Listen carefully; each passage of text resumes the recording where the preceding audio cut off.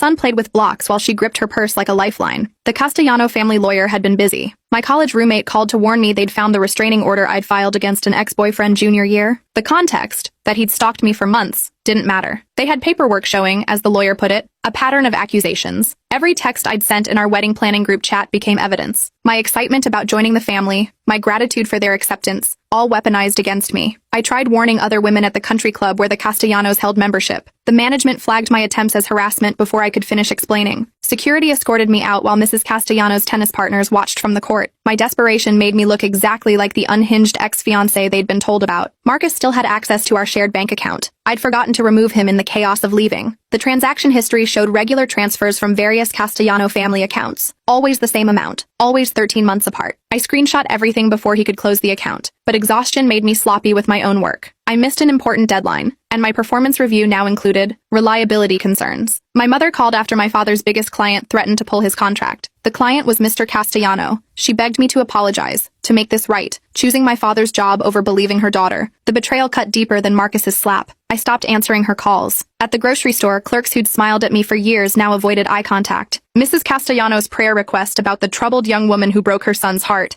had spread through our small community like wildfire. Whispers followed me down the aisles. The butcher who'd saved the good cuts for our wedding dinner turned his back when I approached the counter. Marcus's lie about my medication non-compliance aligned perfectly with the pharmacy records showing my anxiety prescription. Never mind that I'd been taking it responsibly for years, that it was for normal anxiety, not whatever instability they were implying. The truth didn't matter when the lie fit their narrative better. My best friend admitted she needed the Castellano recommendation letter for her law school application. Her scholarship depended on it. She let me stay one more night but made it clear this was the end. I understood. I'd have made the same choice in her position, probably. When I tried to prove Marcus had lied about his parents' perfect marriage, I accidentally revealed I'd known about his mother's affair. She'd confided in me last Christmas after too much wine, crying about the loneliness of a loveless marriage. Now my knowledge made me look vindictive, like I was lashing out with family secrets. I bought wine after another failed attempt to get someone to listen. One bottle to help me sleep. The liquor store clerk, another Castellano family friend, took photos of my purchase. Within hours, my drinking problem became part of the narrative. The unstable ex-fiancé drowning her sorrows. That night, Marcus texted from a number I didn't recognize. I tried to save you. The words sat on my phone screen while I lay on my friend's couch for the last time. Tomorrow I'd need to find somewhere else to stay. My savings were nearly gone, my family had chosen their side,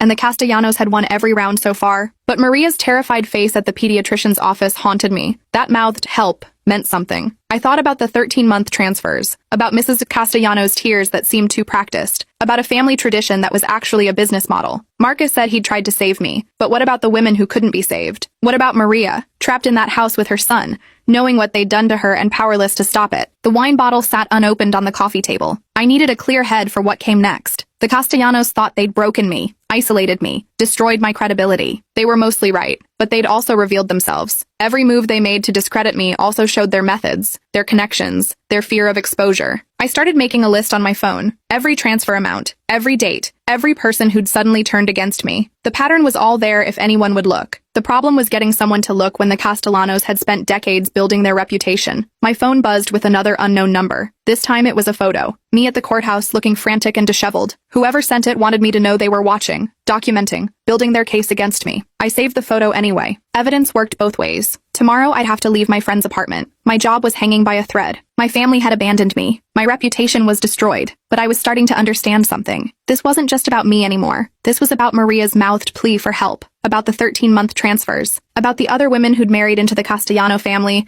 and disappeared into their roles as wives and mothers, never speaking about what happened after their first anniversary. Marcus was right about one thing. He had tried to save me, but in doing so, he'd exposed something the Castellanos had kept hidden for generations. They'd survived by choosing vulnerable women, women without strong support systems, women who could be isolated and controlled. They hadn't counted on choosing one who had nothing left to lose. I closed my eyes on my friend's couch for the last time, knowing tomorrow would bring new attacks, new attempts to break me. But something had shifted. I wasn't just running anymore. I was gathering evidence. And somewhere in that perfect Italian-American family's history, there had to be other women like me. Women who'd run. Women who'd tried to speak up. Women whose stories had been buried under accusations of instability and drinking problems. The Castellanos had made one mistake. They'd shown me exactly how they operated. Every move they made to discredit me also revealed their playbook. And tomorrow, I'd start using it against them. The Castellanos started attending my church the following Sunday. They sat in my grandmother's old pew, third row from the front, where I'd spent every Sunday of my childhood. Mrs. Castellano wore pearls and a modest black dress, her husband's hand resting protectively on her knee. Marcus flanked them with his brothers, all in pressed suits, looking like grieving saints. The congregation welcomed them with open arms. I watched from my car in the parking lot, too afraid to go inside my own sanctuary. The church secretary emerged after service and walked straight to my car. She tapped on my window and handed me a letter.